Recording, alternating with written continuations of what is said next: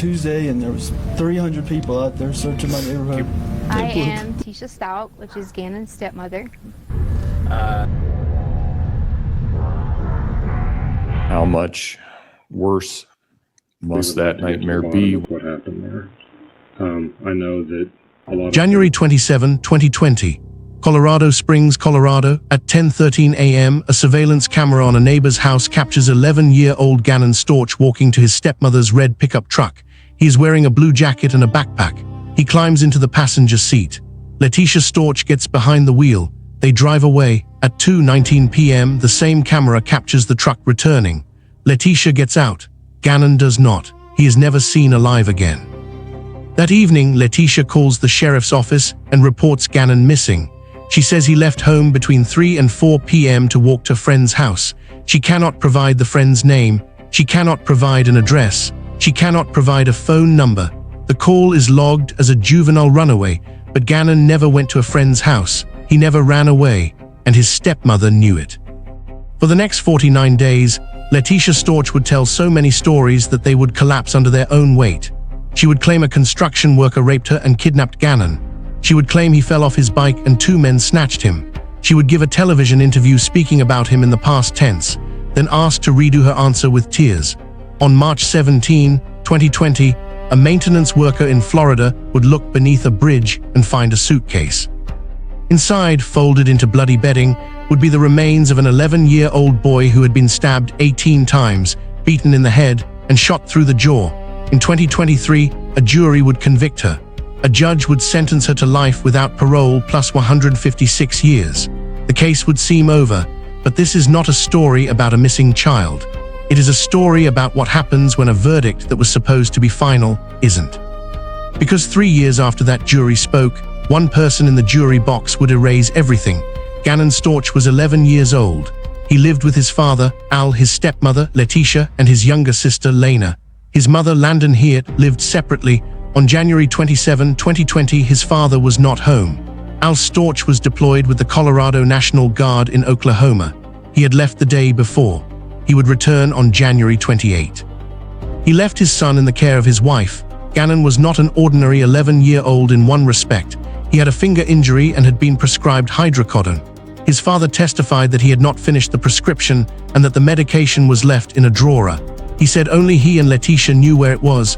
When his body was found, toxicology revealed hydrocodone and acetaminophen in his system. He had been drugged, then he had been stabbed, then beaten, then shot. The autopsy, conducted in Florida, revealed 18 sharp force injuries across his chest and torso. A deep wound between his 5th and 6th ribs fractured the 6th rib. A severe blow to the back of his head caused a deep gash and fractured his skull, but the detail that changes everything is on his hands. 4 cuts on the back of his right hand, another on his left. These were defensive wounds. Gannon was awake. He put his hands up. He tried to block the blade. The gunshot entered his jaw and severed his spinal cord. 2 bullets were found inside a pillowcase stuffed into the suitcase with his body. Ballistics would later match one of those bullets to a 9 pistol found in the family home. He was 11 years old. He fought back, and he lost. Letecia Stauch did not wait to start lying. She began the same night Gannon disappeared, and she never stopped. At 6:55 p.m. on January 27, she called the sheriff. She said Gannon left between 3:15 and 4 p.m. to walk to a friend's house. No name, no address, no phone number. Then she told detectives a neighborhood construction worker had broken into the house, raped her, and taken Gannon. Then she said she watched him ride his bike, fall, hit his head, and 2 men drive up and grab him. On January 31, she sat for an interview with KKTV. She spoke about Gannon in the past tense. She said she hoped that when he came home, she would get a sincere apology from her critics. Then she asked to redo the answer.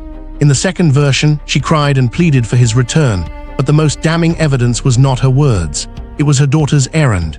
Letecia sent her teenage stepdaughter to the store to buy carpet cleaning supplies, baking soda, trash bags, and bleach. On February 3, neighbor Roderick Drayton reviewed his home surveillance footage. He saw what the sheriff's office had not. Gannon getting into the truck at 10:13, the truck returning at 2:19 p.m. No Gannon. Drayton showed the footage to Al Stauch. Al broke down crying and said, She lied about the time. He didn't go to a friend's house. The lies were not random. They were a system, and the system had a purpose, to send searchers looking everywhere except the one place Gannon actually was. Here is the exact sequence between the last time Gannon was seen and the moment his body was found. January 27, 10:13, surveillance shows Gannon and Letecia leaving. 2:19 p.m. surveillance shows Letecia returning alone. 6:55 p.m. Letecia reports Gannon missing, claims he went to a friend's house. January 28, Albert Stauch returns from National Guard deployment. Letecia picks him up from the airport in a rented Kia. By this time, investigators believe Gannon's body has already been hidden in the garage and then moved to a remote location in Douglas County. February 3, Drayton's surveillance footage becomes public. The timeline collapses. February 4, Gannon's parents make a joint video plea. His mother, Landon Heert, says, "Imagine my son. Imagine how afraid he is." His sister, Lena, says, "I love you, Bubba." February 7, crime scene investigators lock down the Stauch home. Detective notes an ammonia bleach smell in Gannon's bedroom. March 2, Letecia is arrested in Myrtle Beach, South Carolina. During extradition, she allegedly attacks a deputy and is held in a Kansas jail. March 17, a Florida Department of Transportation maintenance worker finds a suitcase beneath the Escambia River Bridge in Pace, Florida. Inside are Gannon's remains. March 20, authorities announce the identification. Letecia is charged with first-degree murder. The body had been gone for 7 weeks. It had traveled 1,300 miles, and it had been folded into luggage by the same woman who told the world he was at a friend's house. The forensic evidence did not just reveal how Gannon died. It revealed how his body was handled, and the science of that handling became its own witness. After the murder, Letecia allegedly placed Gannon's body in the trunk of her Volkswagen Tiguan in the garage. Investigators later found his blood in the garage, near where the vehicle's rear hatch would be. She drove approximately 40 miles south to Douglas County and dumped the body off Highway 105 near Palmer Lake. Weeks later, investigators found a bloody particle board in that area that matched a board still in the family garage, but she did not leave the body there.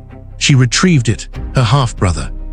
Dakota Lowery testified that he flew to Colorado to help her move out of the house after her marriage to Al collapsed. He saw her struggling with one particular suitcase. He offered to help. She refused. She said it contained softball stuff. Lowery testified, "At that point I knew she killed Gannon. That suitcase, the same one her brother saw her guarding, was the same suitcase found beneath the Florida bridge." Letecia then rented a van and drove from Colorado to Florida, passing through multiple states. She stayed at a hotel approximately 3.5 miles from the Escambia River Bridge. Forensic experts noted that because the body had been left in Colorado for approximately a month before retrieval, then transporting in a suitcase during winter, decomposition was retarded by cold. When the suitcase reached Florida's warmer climate, decomposition accelerated. The body was essentially a biological timeline, insect species and soil traces from 2 different ecosystems marking the journey. Inside the suitcase, Gannon's body was wrapped in bloody bedding. The pillowcase contained 2 bullets. Ballistics matched one to the 9 pistol from the home, and then there was the fake lie detector. While on the run, Letecia contacted a website called fakepolygraphist.com and attempted to purchase a fraudulent polygraph report to show her husband she was innocent. The company refused because her answers violated their policies. The suitcase was both a coffin and an evidence locker, and the woman who packed it was so confident in her lies that she tried to buy a fake polygraph to prove them.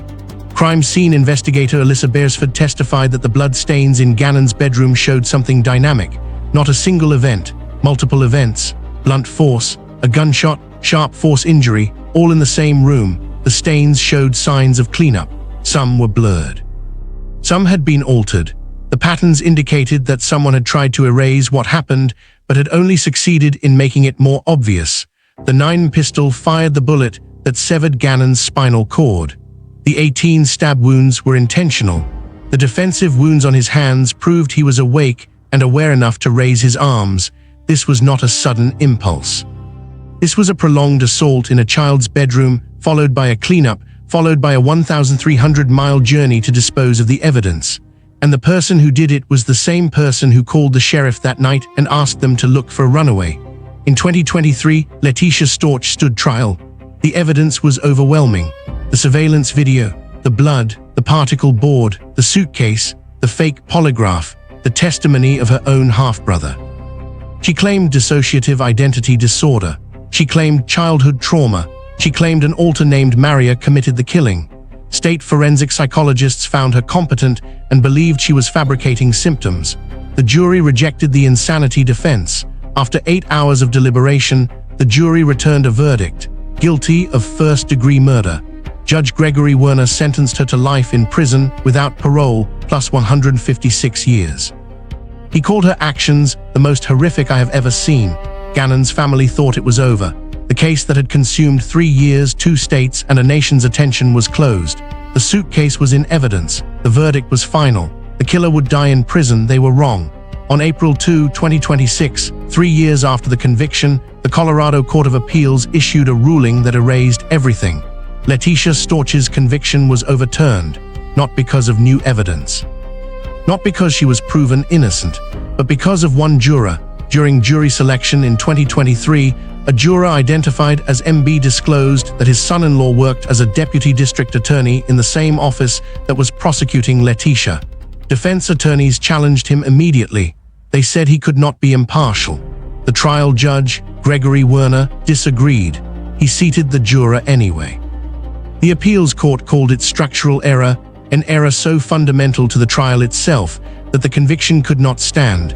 It did not matter that the evidence was overwhelming. It did not matter that 12 other jurors agreed. It did not matter that a child had been stabbed 18 times and stuffed in a suitcase. The court ruled that when a trial seats a juror who should have been disqualified, the verdict is void. One judge partially dissented, arguing that the defense should have used a peremptory challenge to remove the juror after the judge denied their first request. The majority rejected this. The error, they said, was built into the foundation of the trial. You cannot fix a cracked foundation by adding more bricks. Letecia Stauch, who drove her stepson's body 1,300 miles in luggage, may now face a second trial. And Gannon's family, who thought the case was closed, must prepare to watch it all happen again.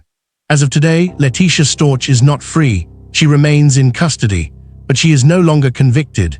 In July 2026, the Colorado Department of Law filed an appeal to the Colorado Supreme Court, asking them to reverse the Court of Appeals and reinstate the conviction. The Supreme Court has not yet announced whether it will hear the case. If the Supreme Court declines to hear the appeal, or if it upholds the reversal, Letecia Stauch will be retried. A new jury will hear about the 10:13 a.m. surveillance video and the 2:19 p.m. return. They will hear about the bleach smell and the blood in the garage. They will hear about the particle board in Douglas County and the suitcase beneath the Florida bridge. They will hear about the fake polygraph and the half-brother who knew the moment he saw the luggage. And they will hear about the defensive wounds on an 11-year-old boy's hands. Gannon Stauch was 11 years old. He had a sister who called him Bubba. He had a mother who begged the public to imagine his fear. He had a father who came home from National Guard deployment to find his son gone and his wife telling stories that changed by the hour. He died fighting. The evidence proves it. The suitcase proves it. The surveillance video proves it. And the woman who killed him may get a second chance, not because any of that changed, but because one person in the jury box should never have been there. As of today, the Colorado Supreme Court has not ruled. The conviction has been erased. The evidence remains. And Gannon's family waits to see if 12 new strangers will believe what the first 12 believed, that an 11-year-old boy who fought back deserves a verdict that cannot be undone by a technicality. Music: the suitcase is still in evidence. The bullets are still in evidence. The surveillance video still shows the same thing: Gannon getting into the truck at 10:13 a.m. on January 27, 2020. Letecia returning at 2:19 p.m. alone. The facts did not change. Only the jury did, and until the Supreme Court speaks. The woman who folded a child into luggage and threw him off a bridge is no longer a convicted killer. She is simply a defendant, waiting for a second chance.